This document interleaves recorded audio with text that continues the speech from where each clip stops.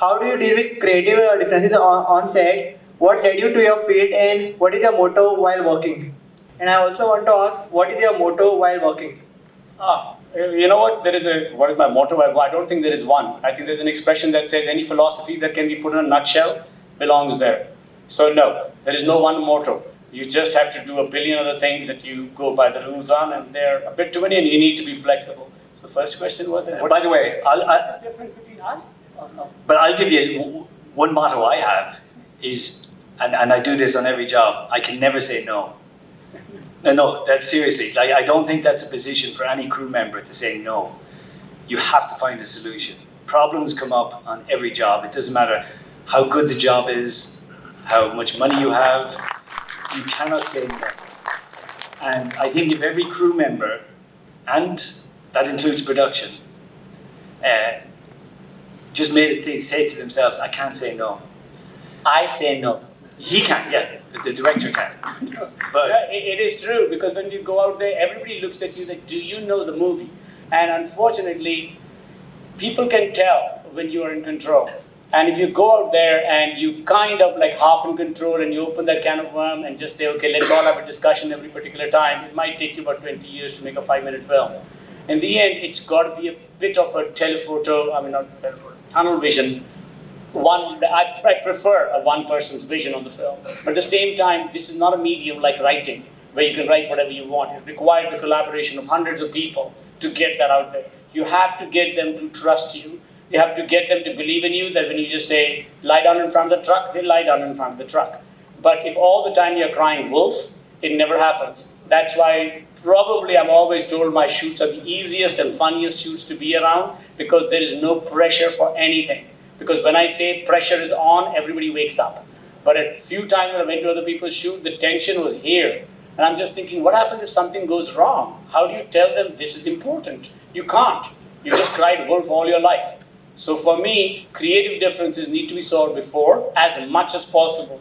Whatever you do, when you end up on a set, believe me, new problems will arise. And everybody will look to you. I don't know how many directors there are in here, they'll look to you to say, like, can you solve this? And if you can't, be honest about it. And the film that we just did right now, I couldn't afford to have it the other way. It just had to be in medium shots. So we went with that. So creative differences, if you've got with producers, you got a problem. So just solve that long before you get up there. If you get up there and you start shooting and your producer sees the film differently, you need to be in a particular place in the totem pole to say the producer doesn't matter. You are the financier, which is unfortunately a thing that I find very common in India. But a financier is exactly confused with a producer. The person who writes the check in the West is very different. He might not be the producer at all. The producer is the originator of the material, who knows more about it on anything. But in my experience out here, the person who writes the check just suddenly ends up being the producer. Where the first time they ask you, you come up with a shot near I want to scene. What's the first thing you do when you go to light a scene? Is that right?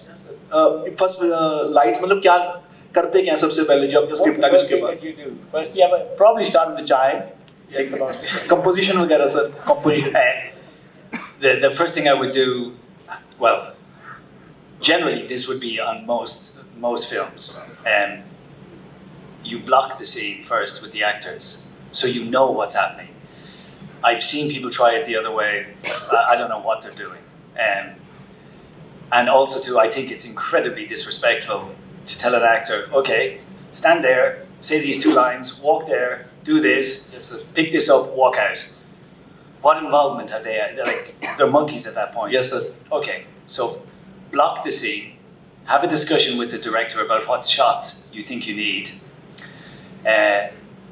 Place the camera or the cameras in those positions, and then start lighting. That's generally, now, a lot of times when I write, like, you're asking a question and you're forgetting, I think, a very important part. If we're shooting inside a house, when we arrive in the morning, I already would have had the electricians have the lights outside the windows, because we know we need them. They're not in the truck. They're outside. They may not be in the exact positions, but they're close. I like coming onto a set, even for the blocking. When I'm blocking with Tarsem, I will already, or for anybody, I will have lights already in position. Because funnily enough, if you put lights up first for the blocking, Yes, sir. actors tend to go towards where the light is. Yes, sir.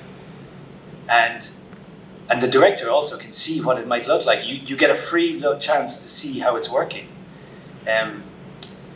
I think we work very fast. That's a great answer to that question. But to answer actually even one from to take the lead from him is that usually when I go on a set, that's not when we light the set.